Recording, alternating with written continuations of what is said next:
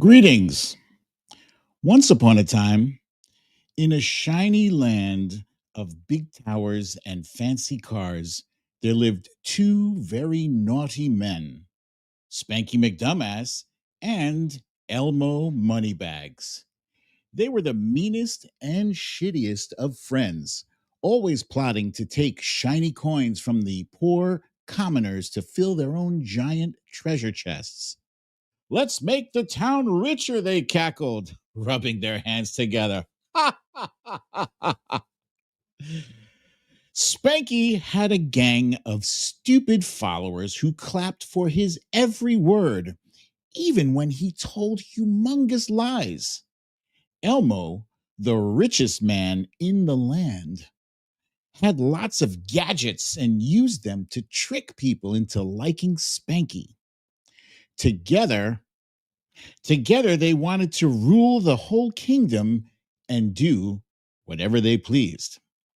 But one day, trouble brewed. Elmo looked at Spanky's new plan, a big silly rule called the Big Bullshit Bill, and shouted, "This doesn't take enough from the poor, and my shiny carts won't get their special coins." Spanky stomped his foot, yelling, "You're just jealous of me." And so they started fighting.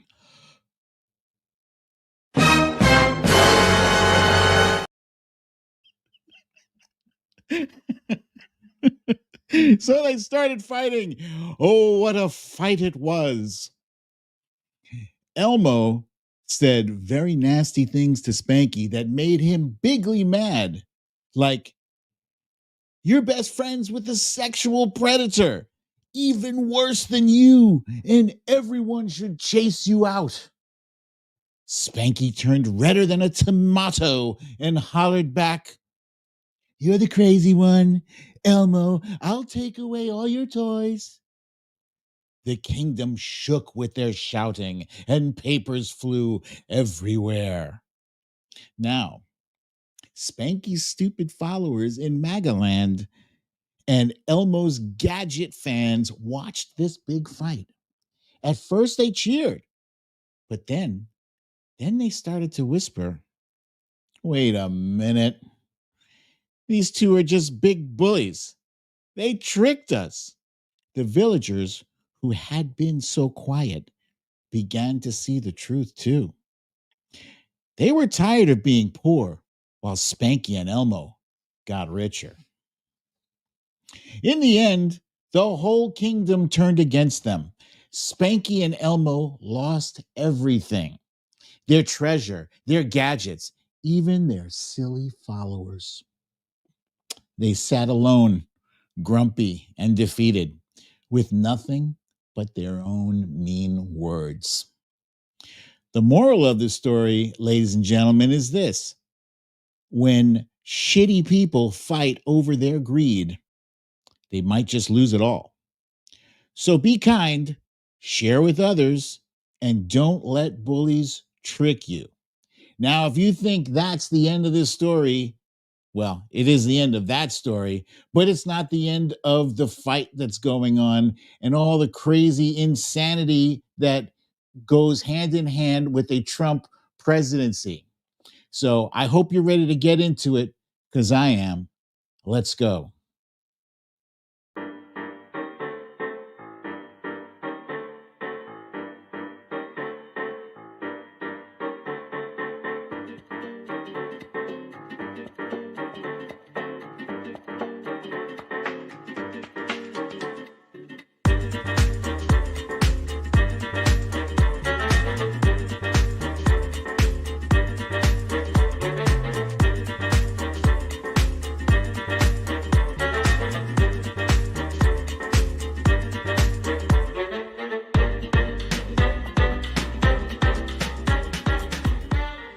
Story time.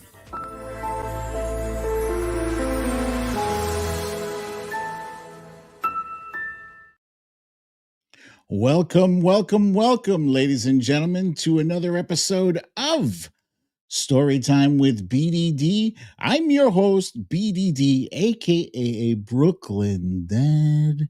I got to take a moment to ask you guys if any of you is hearing an echo when I speak, because I am hearing an echo in my own headset and it's really annoying me.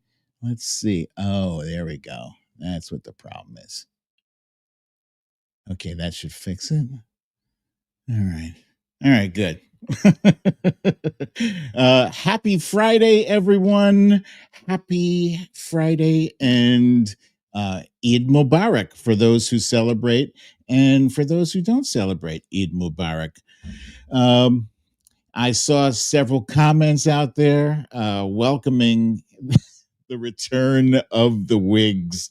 I'm going to try to work that back into the show, ladies and gentlemen. I have fun with that. So I hope you do too.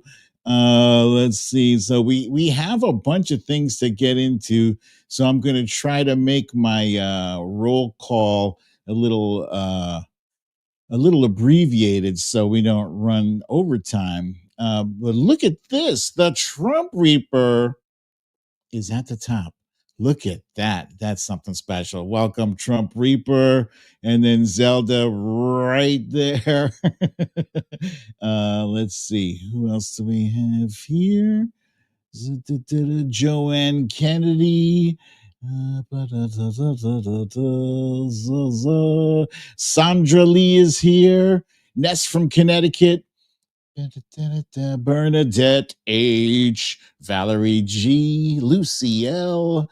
Lucy L, there you go.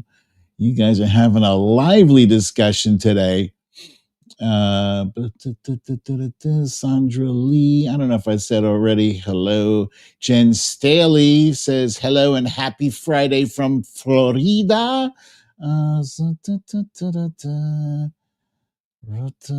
Michelle is here. Meredith Powell. Okay, you guys, I'm going to go ahead and kick it off. I apologize if I missed you. I will be sure to mention your name later on in the show, but let's go ahead and kick things off with stories of the day.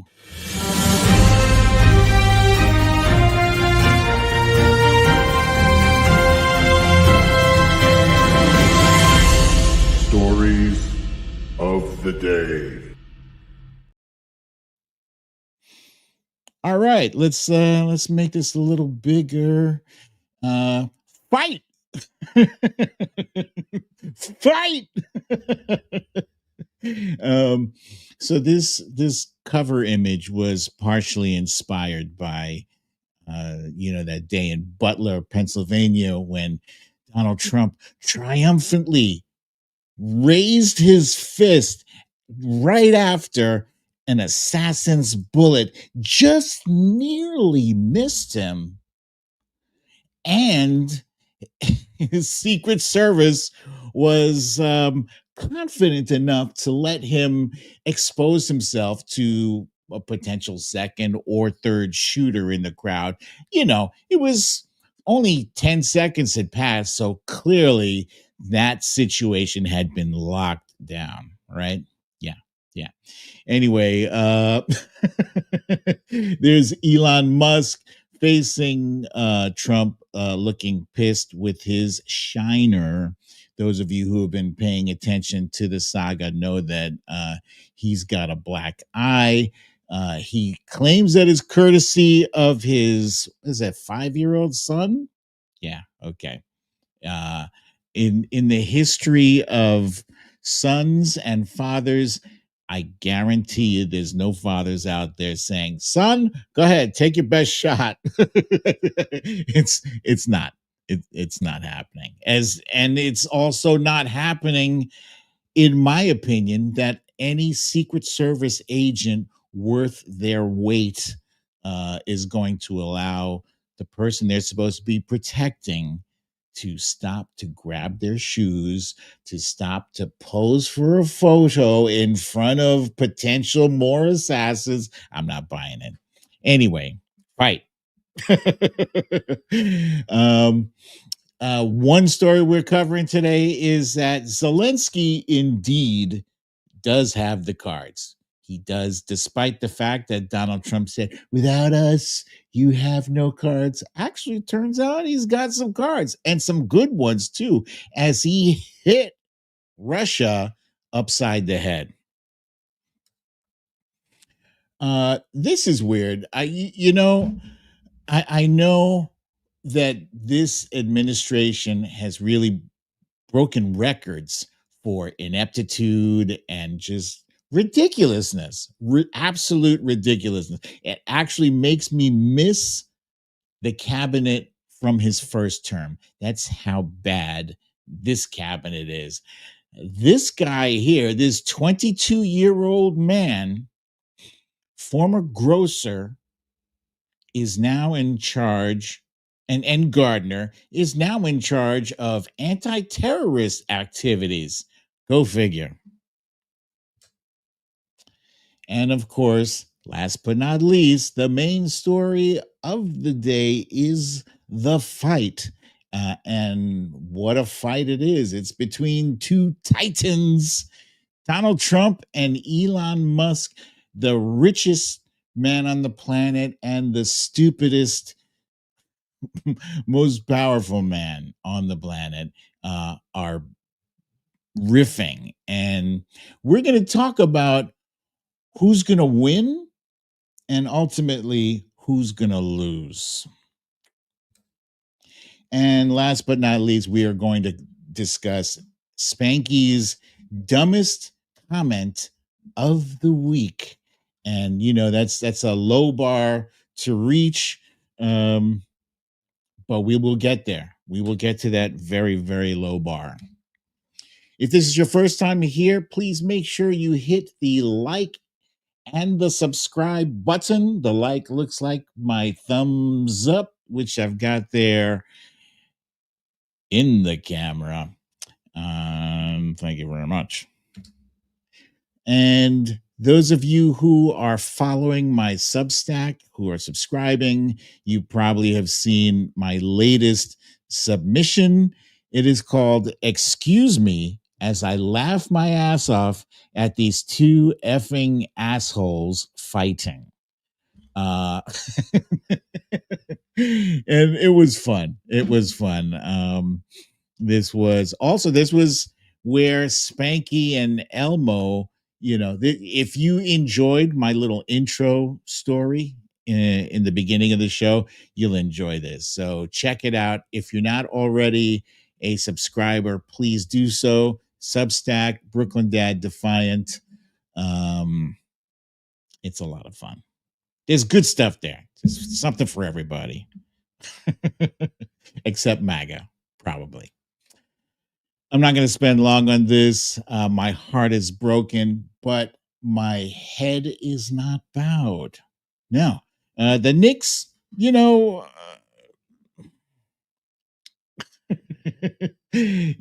we made it past the Boston Celtics. We showed a little fire, a little something against the Pacers, but they had too much for us. It's that simple. I'm not happy that they got rid of our coach, Tom Thibodeau. I think that's a huge mistake. He raised the level of the Knicks play this year. We overachieved, in my opinion. So I don't know. I hope whoever they replace him with is as good, preferably better. Yeah. And thank you, ladies and gentlemen, for the comments on my Substack. I thank you for that. Without us, you don't have any cards, are the words that Donald Trump infamously sprung on Vladimir Zelensky when he last visited the White House. And he was ganged up on, ambushed, bushwhacked by Donald Trump, and his sidekick, JD Vance. And there she is, my friend Zelda. Thank you so much. Thank you for your kindness and your generosity to the show. We greatly appreciate you so much. Thank you for that. So yeah, this was, by the way, this display in the Oval Office, I think to this date is possibly the worst display I've ever seen from a president, period. And that's saying something because Donald Trump has a lot of uh bad appearances. So did George W. Bush, you know. Um I don't know. I don't want to be one-sided, but really it's a lot of bad Republican showings. Trump and Bush. I can't even say anything bad about Bush's dad, or even Reagan, to be honest. We're talking about the behavior, right? The behavior in that office. And Zelensky is supposed to be our ally. He's supposed to be someone that we are helping. Donald Trump is supposed to be someone who is trying to end this war in one day, 24 hours, as he said. But, you know, if your behavior is skewed all the way towards Russia, you are giving up that leverage. Zelensky doesn't have any leverage. You've given it to Russia. So when Russia comes to the negotiating table, they don't come with any expectations that they have to give up anything because they have you, Donald Trump, negotiating on their behalf. It's ridiculous. So anyway, Zelensky's crew launched a devastating drone attack on the Russian air bases that knocked out, I think it was 42 military planes. So this did some major damage to their air power. It's great. It's an excellent thing. It took them something like 18 months to plan. And what they did was phenomenal. They took these storage containers and they put in like a fake ceiling that rolls away. And when it rolls away, that's where the drones were. Then they had these containers shipped like, what was it, 3,000, let's say 3,000 kilometers away from their targets. Amazing. Just simply, wow. Wow, it was fantastic. And then to follow it up, they hit Russia again. They struck the Crimea bridge, which Russia has been using to resupply, keep their troops supplied. And so they hit that bridge. And needless to say, Putin is a bit embarrassed by that. And Donald Trump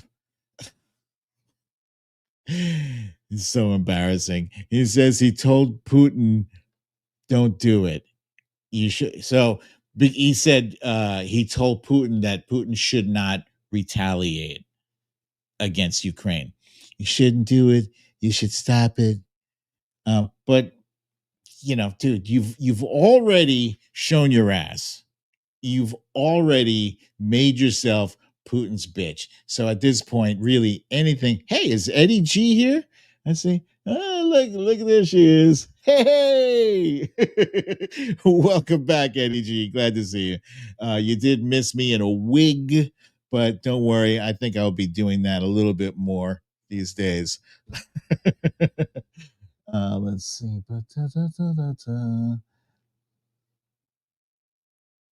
So Sharon Landry, I don't know what your point is, but this is a good point.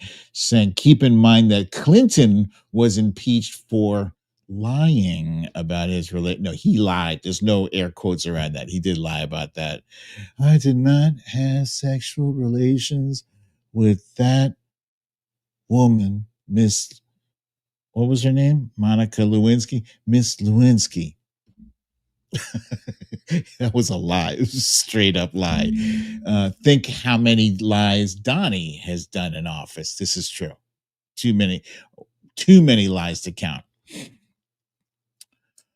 And so then today or yesterday, Russia, I think it was yesterday, Russia launched one of the war's largest air attacks at, oh, wait, was this today? I'm sorry if I can't keep track of the warrings, but he hit Kiev. The difference between Russia and Ukraine is that Ukraine hit military targets. Russia targets civilian areas. That's the difference between the two. That son of a bitch. Let's talk, like I mentioned earlier, Donald Trump's first cabinet back in 2017. We were all shaking our heads about this. He had people in there. I mean, there were some competent people, okay? There were people who had the ability to do their job. I think the education has always been a problem. Um, the energy. I think that was Rick Scott. Uh, you know, overall, I would say the majority of his cabinet was competent. Let's say compared to RFK Jr., Tulsi Gabbard, Kash Patel, Christy Nome, Pete Hegseth. I mean, literally every person. Linda McMahon. Have you seen these House hearings? These committee hearings are horrendous. These people don't know. Excuse me. They don't know anything, and it's scary because look. At the end of the day, we are. I think it's safe to say the majority of us, unless there's some Trumpers out there lurking in the audience, the majority of us are not fans of Trump. You could say we are anti-Trump, but this is the United States of America, so we care when things go poorly and when things go well. We want things, ultimately, we want things to go well. We do. It's our country. We live here, right? If you have cats, and your cats shit on the floor, it doesn't matter whose cat it is or who saw the cat shit first. You have cat shit on your floor. Somebody got to pick it up. And if nobody picks it up, then you are a house that has cat shit on the floor. It's that simple, right? So the cat shit or the cat turd, not to be confused with Donald Trump's greatest fan, Cat Turd, but the cat turd, uh, the cat turd selection is this 22-year-old ex gardener and grocery store assistant leading United States terror prevention. Yes, this guy, Thomas Fugate, Thomas Fugate. Um, as far as I can tell, he looks like he has the ability to arch his eyebrow mysteriously. I don't know if that's one of the qualifications for the job. You'd like to think that whoever they pick for that position has, I don't know, a background in law enforcement, maybe, or terror tracking, intelligence gathering. No, gardening and grocery store assisting. And he also has the ability to look over his shades. Seriously, this is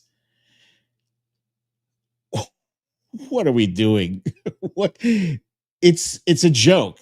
At this point, it's a joke. Every single person Donald Trump has picked to run his administration is is woefully unqualified, comically unfit for the job. The only thing I can think is that he has deliberately selected these people because of their lack of qualifications, because then he can lean on them and impose his will. Nobody can really put up a fight against him. You see, that was the problem in his head. That was the problem with his first term, was that too many people opposed him. There were way too many guardrails. And the guardrails came, when you have somebody who knows what they're doing, when you have someone who knows what they're talking about and how things are supposed to run, they have a little bit they have a little confidence in how they do their job. But if you have people who are unqualified and they don't know shit, and they're gonna do whatever the hell you tell them to do until you are let go. It's that simple. I can't think of any other reason why he would have these abysmal picks in his cabinet. Abysmal. I want to say something to CNN. Uh, those of you who watch CNN, and I'll say this, I'm talking to CNN right now, but I don't watch you guys. I haven't watched you actually in years. I do come across your video clips every now and then. And you know what I see? You have a very talented individual in Abby Phillips. She is amazing, actually. And it is unfortunate. It is tragic that I don't get to watch her. And I will never watch her as long as this jackass, Scott Jennings, is on the show. CNN, what are you trying to prove? Huh? What are you trying to do with having him on the show? You want a differing point of view. I get that. But he never says anything. He doesn't make an attempt to have a genuine opinion on something. He's very disingenuous. He's basically just arguing to be contrarian for no other reason. He doesn't seem to have any solid morals and values. They'll switch whenever the argument or the topic switches. He's not fun to watch. He often likes to blurt things out and interrupt. It's garbage. So, you know, I guess you guys think you know what you're doing, even though I have seen viewership numbers drop recently.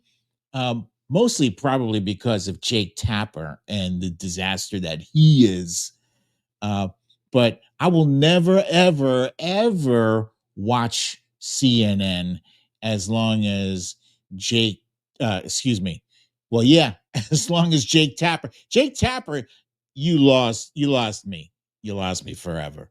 But Abby Phillips is fantastic, and it's too bad her audience would be probably 3 or 4 times bigger without that jackass Scott Jennings there. I don't need the agita. I don't need the aggravation. I don't need the higher blood pressure. I don't need it. You know, I'll watch reruns of a comedy. I'll watch paint dry instead. So it is what it is, but I needed to say that to you, CNN. You're really pathetic.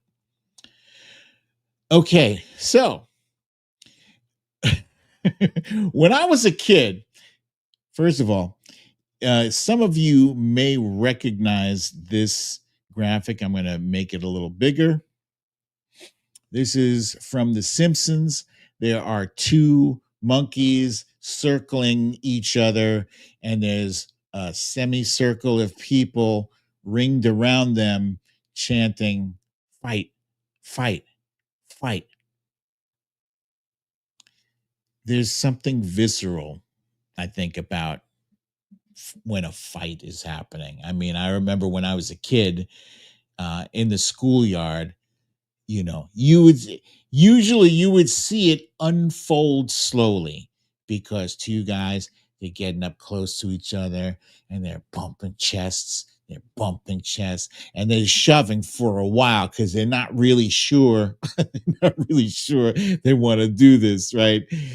They got to get their courage up. um, CJ, I will talk about MSNBC later. I have issues with their daytime lineup. Everyone who comes on before Nicole Wallace is trash. Nicole Wallace and everyone who follows her, bada bing, bada boom. Occasionally, I don't like Ari Melber.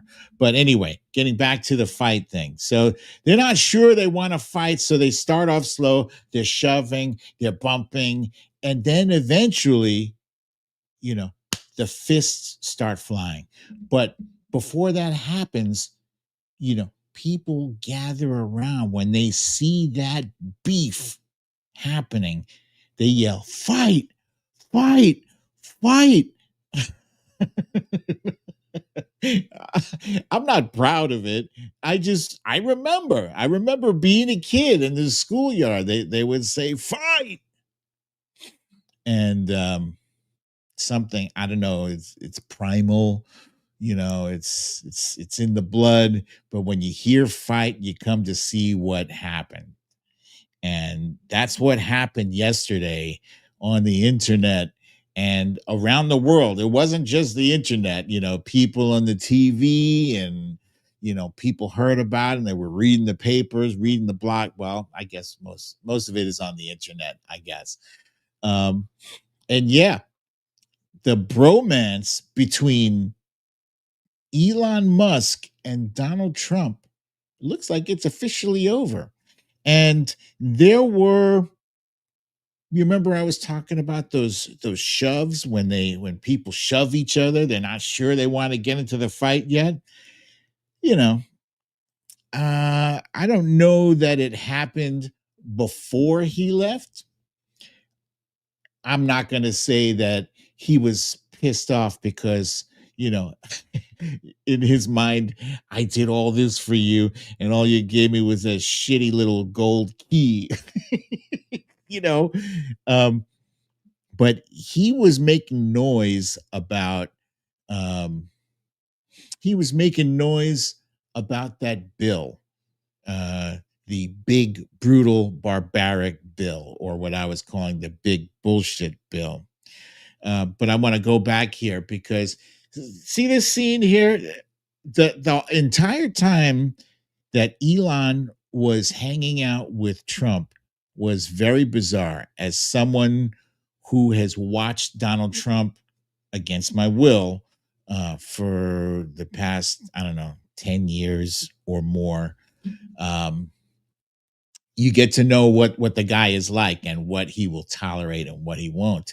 And he tolerated a lot of shit. He let Elon run the show while they were both in the Oval Office. He let Elon's kid wipe boogers on his desk.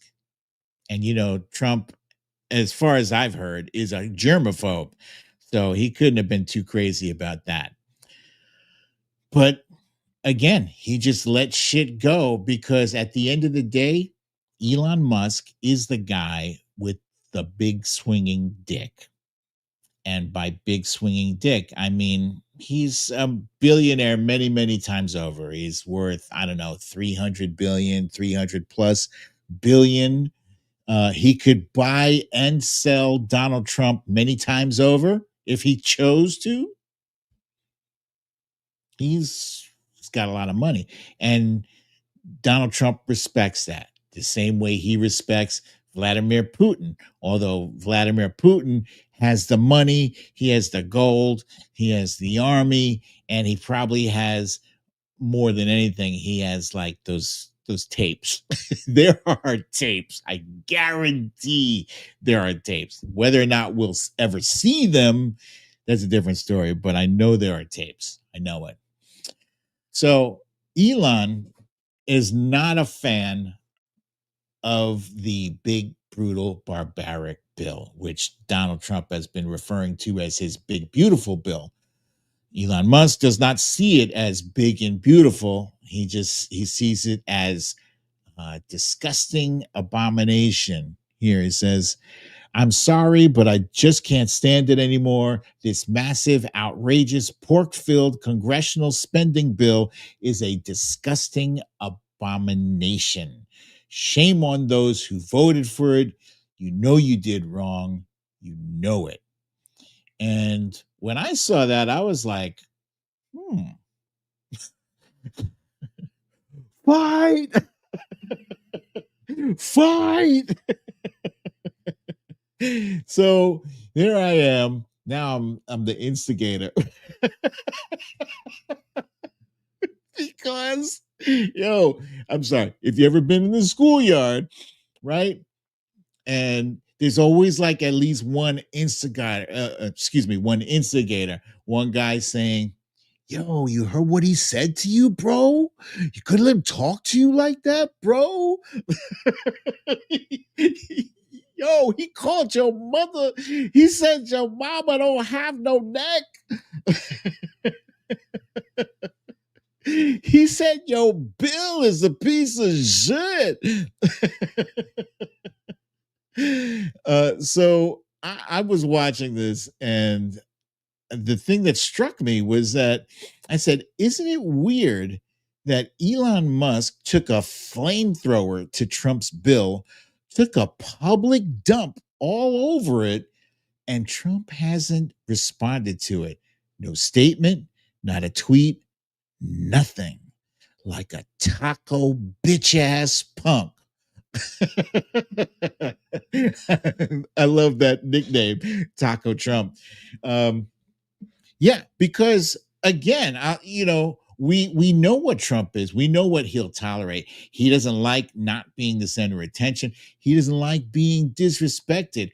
He had J.D. Vance in there with Zelensky just to say, "Did you even thank him? Did you even say thank you?" That bullshit, He doesn't like not being called.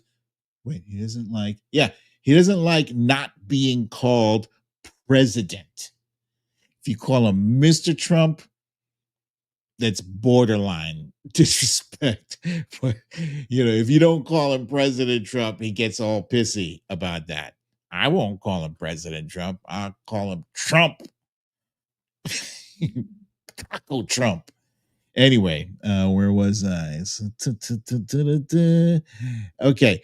And then he started to let it fly, Elon. He said, in November next year, we fire all politicians who betrayed the American people. So when I saw that, I was like, yeah, okay. So I'm not stupid. I know that this motherfucker still wants to cut Medicaid. He wants to cut Medicare. He doesn't give a shit about you and I. He's already fired a bunch of people, including veterans, including people who didn't deserve to be fired, people who had essential jobs. He's fired a ton of people because he doesn't know what the hell he's doing. He's inebriated. He spent most of his time on ketamine. I don't even know what ketamine is, but I know it's a drug. And I know personally, when I was on drugs, when I was addicted, you can't function. You can't do a regular job, an office job. You can't go into an office on drugs. Did you guys see him when he was in the Oval Office? He was like, rolling his head around. What's on the ceiling, Elon? What's on the ceiling? Why are you rolling your head like that, like a crazy person? Then he tried to deny when a reporter, I think it was Steve Ducey, asked him last week about the New York Times report that he was on drugs. And Elon was like, "Oh, you mean the New York Times that got the Pulitzer and they did the Russia Gate?" Shut up, man. God damn it. So, yeah, no. So he started to ramp up his tweet attacks on Trump. And then yesterday, yesterday, he just let it fly. It's like it's like he was getting himself. Remember where I was talking about that shoving thing? He's so far, he's the only guy who's been shoving. But while he's shoving, he's telling you all the things that you've done that have pissed him off. He's getting himself amped up. And he's like, without me, Trump would have lost the election. Dems would control the House, and Republicans would be 51-49 in the Senate. Such ingratitude. So this makes me wonder, I want to go back to those comments that Donald Trump made in Pennsylvania when he was bragging about how good Elon is at computer, especially the vote counting computers. Okay, I haven't forgot about that. I know the news has moved on from that. I know that unfortunately President Biden moved on from that. He didn't want to have a long drawn out, repeat of the bullshit that we saw with Trump. He didn't want to do another January 6th. And I get that. I get that. But I don't get how you don't even make an attempt to investigate. At the very least, we have the right to investigate. Should have been investigated while you still had the ability to do it. Now there's no ability to do it. So now I'm curious. I'm curious because Donald Trump's posture, his reactions to Elon Musk have been muted, decidedly muted. It's like, Melania says that if you hit Trump, he'll hit you back twice as hard. Well, I'm not seeing that at all. In fact, his replies have been, kind of muted, especially considering that he dropped a bomb. He said, time to drop the really big bomb. Real Donald Trump is in the Epstein files. That is the real reason they have not been made public. And he says, have a nice day, DJT. So this is something, the Epstein files, this is something that has been, in conspiracy 101 ever since Epstein himself, in custody of the Trump administration's Department of Justice. He was, the cameras mysteriously stopped working. And despite the fact that he was in suicide watch, he was allowed to kill himself.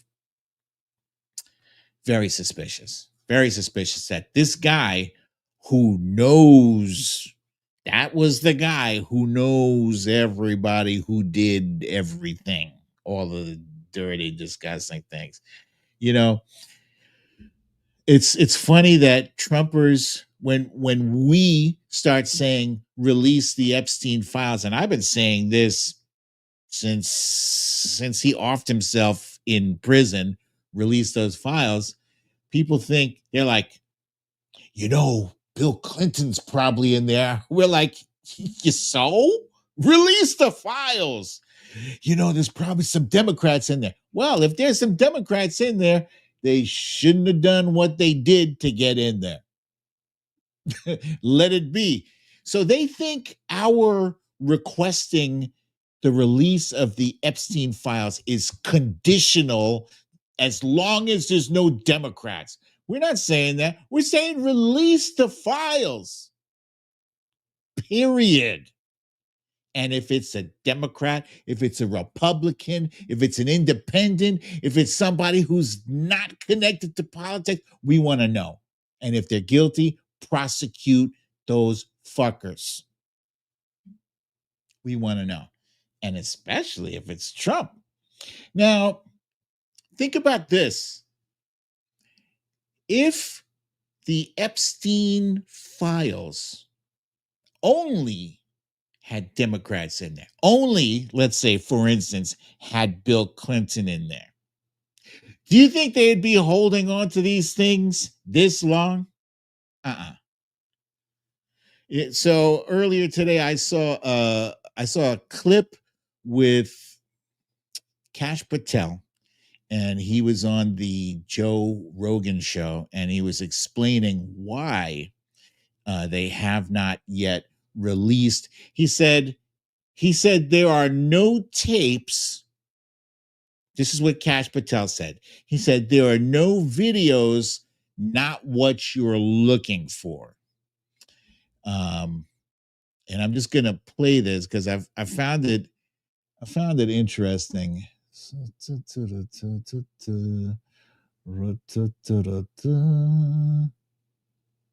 Yeah, here we go.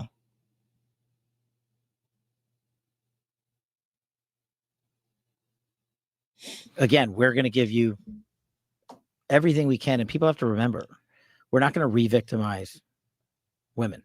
We're not going to put that shit back out there. It's not happening because then he wins. Not doing it.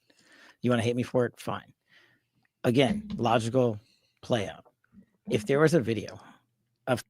Let me just pause this because I need to call this bullshit out, right? It's 2025. We've already seen the technology that blurs people's faces out. We know that exists. So let's continue. Some guy or gal committing felonies on an island, and I'm in charge. Don't you think you'd see it? Nope. If you have access to it. If I have it, period. Right. If I have it. So where else would it be? Right. If you have it. Right. But you can't say that you have it. No, we're giving you everything we have. So far. Everything we have so far is... Have you guys gone over all the video that's available? Yeah, that's what I'm telling you. That's what takes so much damn time. Right. And is there video from the island? Not of what you want. The people out there have filled the void with can't wait to see X, Y, or Z. Right. Speculation. And I'm like, here's the other thing I've been asking for, right? Openly. If you have information on this, call us. Tell us. The best resource we have is the American people in the world. That's bullshit. That's bullshit. After all this time, after all this fucking time, that's all you have to say about that? You guys have made such a big deal out of these Epstein files. They had this whole thing, this dog and pony show where they had right-wing influencers come and pick up binders full of nothing.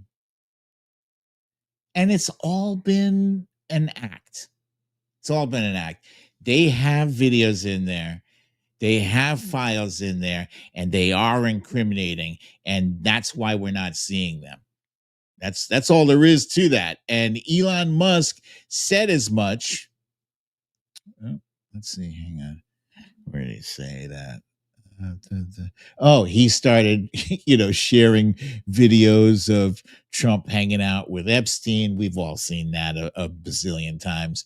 But here, wait, let me read this here. This is a tweet from Midas Touch. It says, wow, Elon Musk's tweet about Trump being in the Epstein files was posted while Joe Rogan was interviewing Kash Patel. Patel was clearly caught off guard. And Rogan said, Jesus Christ. Patel says, I'm not participating in any of that conversation. Why not? You are part of it, right? Rogan, Jesus Christ, that's a crazy thing to say. How does he know? Does he know that Donald Trump is in the Epstein files? Does he have access to the Epstein files? Patel says, I don't know how he would, but I'm just saying, I'm just staying out of the Trump Elon thing. That's way out of my lane. I know my lane, and that ain't it. So, Kash Patel, Mr. Gung Ho, this dude was so gung ho when he thought there were libs. He thought there were nothing but libs in those Epstein files. He was ready to expose it all. And now he's as gentle as a church mouse. You tell me what the hell is going on. Anyway, so this spat, it expanded. Kash Patel was too chicken shit to throw his 2 cents in, but Steve Bannon wasn't. Steve Bannon says he thinks that Donald Trump should deport Elon Musk. Yeah, okay. So people are now, they're taking sides, and it's interesting because MAGA hasn't had to pick sides between Elon and Trump, and they kind of like both. And I will never understand what possessed Elon Musk to involve himself in MAGA. That's not your core constituency, dude. Those aren't the people who were buying your EVs. They weren't buying your Teslas. The people who were buying Teslas are the people who care about the environment, the people who believe that climate change is real. MAGA doesn't believe that. They're not going to sustain your product sales. They're not. So you, by climbing into bed with Donald Trump, have shit yourself. You have shit your brand. Your brand is trash now. So this is where a lot of people were thinking that what we're seeing, the fight that we're seeing between Trump and Elon, is actually just kabuki theater. They're just putting on a show. Hey, Ismaila J, I see you there. Tina Bradford, you too. I see you.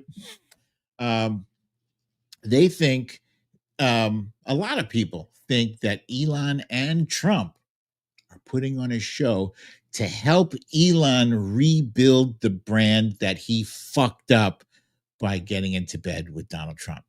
So they believe that us, Democrats, liberals, progressives, people who buy EVs, people who will spend $100,000 on a vehicle because we think, we'll get some, what's it, EV tax credits or whatever, they think that this spat will help repair the damage that he's done. I'm not buying it. I'm not buying it. I'm not interested in it. But let's see. I'm still interested in what the fuck else is going. Oh, here's a tweet that took JD Vance. It took him 10 hours to come up with. He finally came out and said, President Trump has done more than any person in my lifetime to earn the trust of the movement he leads. I'm proud to stand beside him. That's it. So JD Vance also has an angle in here. His angle is that, Elon Musk was talking about impeaching after he wheeled out the Epstein stuff. He's like, He should be impeached. So if he's impeached, obviously JD Vance is next in line. And so when Vance, saw that, I wish I had the meme with me. I'm just picturing that little puppet who looks awkward. He's like giving side eye. That's JD Vance. But finally, Donald Trump started throwing some words back in. He threatened to terminate Elon's contracts. Says he was surprised that Biden didn't do it, but he can't do that. I mean, technically, he could do that, but that would be like cutting off your nose to spite your face. Elon is so embedded in the Department of Defense and in space and all that shit. You can't just cancel his shit without hurting the United States of America. So it is what it is. And then finally he said, I don't mind Elon turning against me, but he should have done so months ago. This is one of the greatest bills ever presented to Congress. It's a record cut in expenses, blah, blah, blah, blah, blah, blah. It's a bullshit bill, dude. And it's not just Democrats saying that. There's a whole shit ton of Republicans who are saying your bill is garbage. There are people in the House saying that. There are senators saying that. You can't even get that bill as is out of the Senate. You can't. You don't have enough votes in the Senate right now for that bill to go anywhere. So I wanted to share with you guys this guy put together a thread. He put together a thread of fight tweets. I thought it was pretty funny. I'm not going to show you all of the fight tweets, but they're pretty cool. So this guy, I smoked Elon Trump. It's Black Knight 10K. This is D Knight. He's got a great account. You should definitely give him a follow. That's Black Knight 10K. So let's scroll down here. This one, Fred Delicious. This is like Kendrick versus Drake, but with two Drakes. That's funny. This one, Mein Führer Elon, and that's playing again off of this JD Vance this JD Vance meme.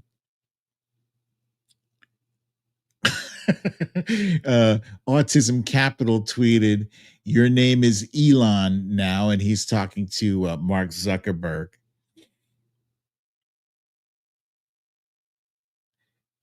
This one is this is Norm McDonald, who's deceased right now, but it's an old meme. I'll see if I can do his voice. Now, this might strike some viewers as harsh, but I believe everyone involved in this story should die. Yeah, it lands differently when I do it. Let's see. It's a picture of Trump with his belt all the way up past his waist. Is everybody having a good time? There's the problem child redone as Elon. There's Joe Biden explaining the Trump Elon crash out in 10 years, saying it was like 15 9/11s. Fox News, this is Hassan Piker saying Fox News is finally covering the Elon Trump fallout, and they sound like their two gay dads are divorcing. Okay. So let me jump back to here. And let's quickly cover, this is Friday night, so it's pizza and movie night. And this is actually a movie that came out in 2019. It's called The Laundromat. There's a shit ton of celebrities in here, and it's based off of a true story. And Meryl Streep is like the main character, and then Gary Oldman and Antonio Banderas are in this as well. It looks very entertaining. Excuse me, that's Jeffrey Wright. And it tells a story of how 15 million millionaires stay rich, and it's by victimizing people. And Meryl Streep goes after these lawyers who victimize those people. Stick is actually a brand new TV show that just started in Apple TV, starring Owen Wilson. Owen Wilson's that dude. He's blonde. He's got a real easygoing demeanor. He's kind of like a surfer dude. His nose looks like it's been broken about 15 times. Anyway, this is actually a really great show. Kind of reminds me a little bit of Happy Gilmore, except the main character, the golfer, well, there's several main characters. Owen Wilson plays like a washed up golfer, a guy whose better days are behind him. He has a lot of knowledge about the game of golf, and he would make a great mentor. And the mentor is for this kid in the red shirt who has a phenomenal talent and ability. He's just, he's unpolished. And he used to play golf with his dad before his father disappeared. And it's, I guess you could call this like a feel-good story with golf. And you don't have to be a golf fan, because I'm not, but I do enjoy the characters. I enjoy the performances, and it's got a pretty good soundtrack too. Okay. And last but not least, there's Spanky's dumbest comment of the week. And if you saw my good morning, happy Friday tweet, you'll have a clue for what it is. Today is the D-Day anniversary, June 6th, 1944. Hey, Misha Oliver. Misha's here. Misha, thank you. Thank you for that donation, for the kind donation, my friend. We miss you here on the show. I'm glad to see you. I hope you're back. It's very kind of you. Thank you. So D-Day was the day when the Allied forces landed in Europe and basically saved the day. We were the cavalry, we came in and we kicked Nazi asses. And there's a headline from there: invasion. Allies land in France, smash ahead, fleet, planes, shooters battling Nazis. It was an amazing thing. It was very highly coordinated, and we kicked ass, and we did it. And apparently the only person who didn't know who D-Day, so D-Day was bad for the Nazis, but that was news to Donald Trump in a most embarrassing way. Like I said earlier, I may dislike Donald Trump, but again, this is the United States. This is our country. So you don't want to be embarrassed on the world stage. But here we are on a daily basis. When this fucker opens his mouth, everything he says is embarrassing to our nation. And here is my tweet here. It's disgraceful that an American president would not know that D-Day was only bad for the Nazis, and he'd laugh about it. It's a shame he embarrasses America with his ignorance daily. he's a global laughing stock. And I will briefly play for you. I brought that clip for you to see. Share this. You go back here, and we're gonna scroll. Oh yeah, my goodness.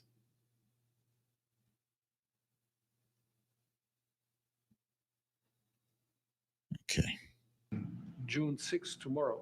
This is D-Day anniversary, when the Americans once ended a war in Europe. And I think this is in your hand in specific, in ours. That was not a pleasant day for you? No, that was not a pleasant. This was not a great in the day. long run, Mr. President, this was the liberation of my country from Nazi dictatorship. That's true. So, That's true. and we know what we owe you. But this is the reason why I'm saying that America is again in a very strong position to do something on this war and ending this war. So let's talk about what we can do jointly, and we are ready to do what we can. And you know that we gave support to Ukraine, and that we are looking for more pressure on Russia. The European Union did, and we should talk about that. We will. June 6th, tomorrow. This is D-Day. You know, it's not just a thing where, you know, with like etiquette, right? It's not a thing like where you go to dinner and there's like 5 forks and 3 spoons and you're not sure which fork you're supposed to use with which dish. I could excuse that, right? Because that's some hoity-toity shit. You know, you only know those things if you go to fancy dinners all the time. But dude, you're 78 years old. You slept with a book of Hitler's speeches on your nightstand. You claim to have a really big brain. You claim to be the smartest. You claim to know more than the generals, but you didn't know the significance of D-Day. Just, yeah, Sandra Lee. Embarrassing. Absolutely. Wait. Sharon Landry said, yep, he was rooting for the other side. Meredith Powell says, just terrible. Nurse Mitch says, can the German chancellor be our president? You know what? It's funny you should say that because I have thoughts like that. I'm ashamed to admit that sometimes I get president envy when I see other countries and they have their, you know, reasonable, decent. I can practically hear a Trumper right now say, if you feel like that, then why don't you just leave the country? Since you hate America so much. I don't hate America. I hate people who make America look idiotic. And by that, I mean Trumpers and their leader.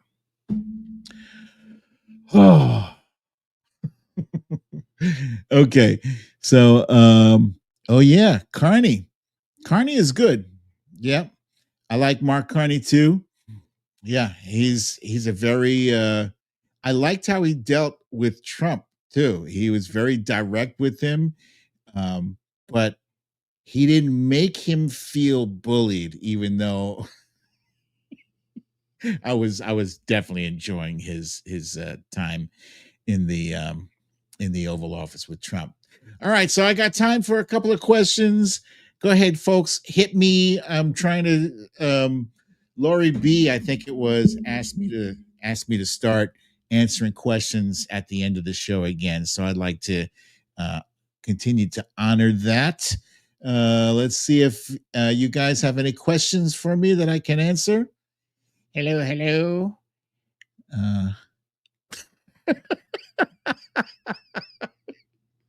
Meredith Powell wants to know if I have a mullet wig. I don't think so. No, I don't have a mullet wig. I have a have a blue wig. I have another white wig that's spiky. I have a wig that looks like it's an anime character. I have that other wig that I wore today, that George Washington wig. Yeah. Oh, and I have a curly wig too. I forgot about that one. A super curly wig. Misha Oliver wants to know, how are the kids? Let me tell you, I am blessed. I am absolutely blessed. This week, my daughter went for her first volunteer. She is volunteering at a hospital helping cancer patients. And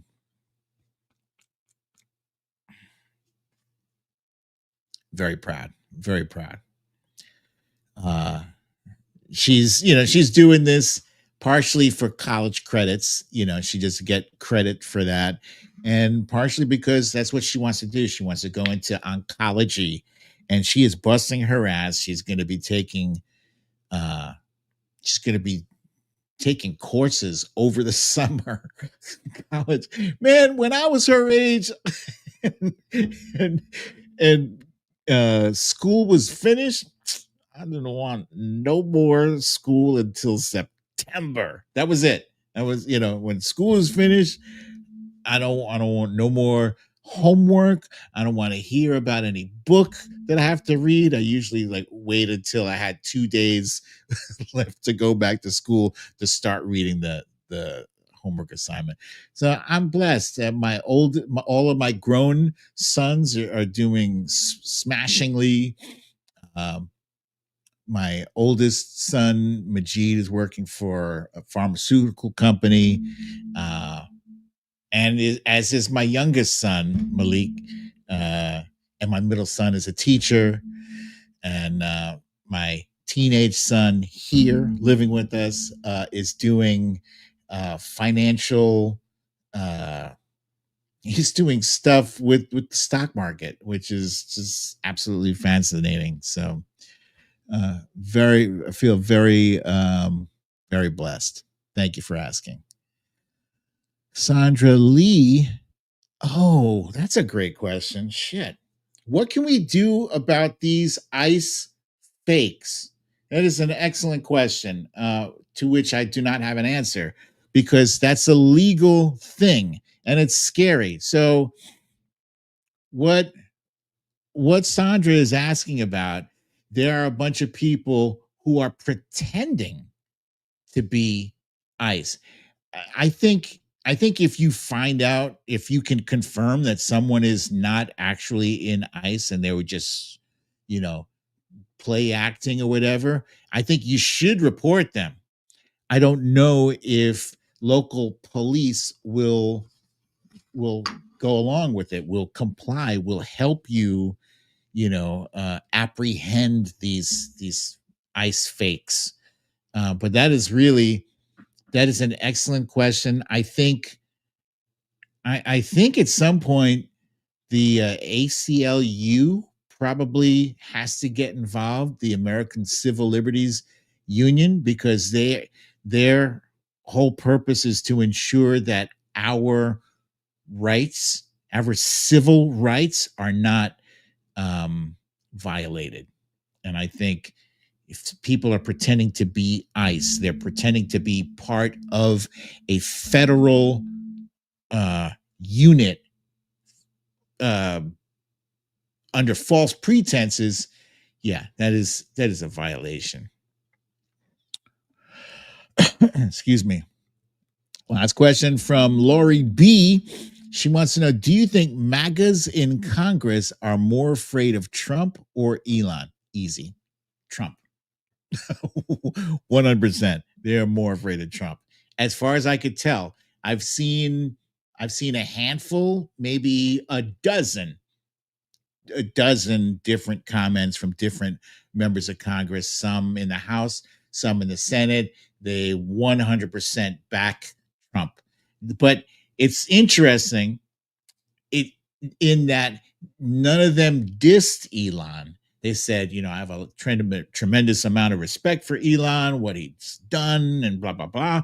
But he should. The message across the board is he should work things out. He needs to pull back. He needs to calm down. It's that with these MAGAs in Congress. Thank you for the question. And folks, thank you for joining me for another cool episode of Storytime with BDD. I'm your host, BDD, aka Brooklyn Bad. Oh shit. Sorry. I totally forgot. I wanted to mention Kilmar Abrego Garcia, for those of you who didn't know, is now back in the United States, despite the fact that Trump and I think it was not Tulsi, but Kristi Noem and Pam Bondi, all these people were saying he will never return to the United States, ever. Even the president of El Salvador, he said, what do you expect me to smuggle him back into the United States? You fucking idiot. No, we just expect you all to comply with a Supreme Court order. So, Kilmar Abrego Garcia is back in the United States, but he has been charged with 2 counts of transporting. Let me make sure I get this right. Transporting an undocumented immigrant and conspiracy to transport undocumented immigrant. Now, Pam Bondi just had another ridiculous press conference. I don't even have to say ridiculous press conference, frankly, anymore, because any press conference she has is ridiculous. It always sounds like she's a kindergarten teacher speaking to kindergartners, is like her whole affectation that she does with her voice. Frankly, it's annoying. Just do your fucking job. Just be professional, Pam Bondi. Stop with the over the top, Donald Trump is the best president. Oh. And she went on about human trafficking. Human trafficking is dangerous. Yeah, like we know that. You don't have to tell us that shit. Just fucking do your job, read your shit, and go.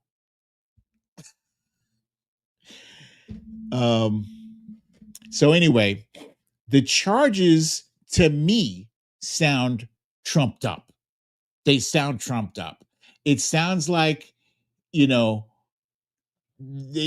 needed to come up with some reason to justify having sent him away, especially considering the fact that now they're being forced to bring him back. They had to come up with something. So you mean to say that he was guilty of these things and then he was apprehended, but then you let him go? And then you didn't have him again until you snuck up on him and just threw him in a van and then put him in a plane, and that was the end of that? Huh? That's what happened? No legal process, no lawyer, no trial, none of that shit. Just surprise charges now out of left field. Come on.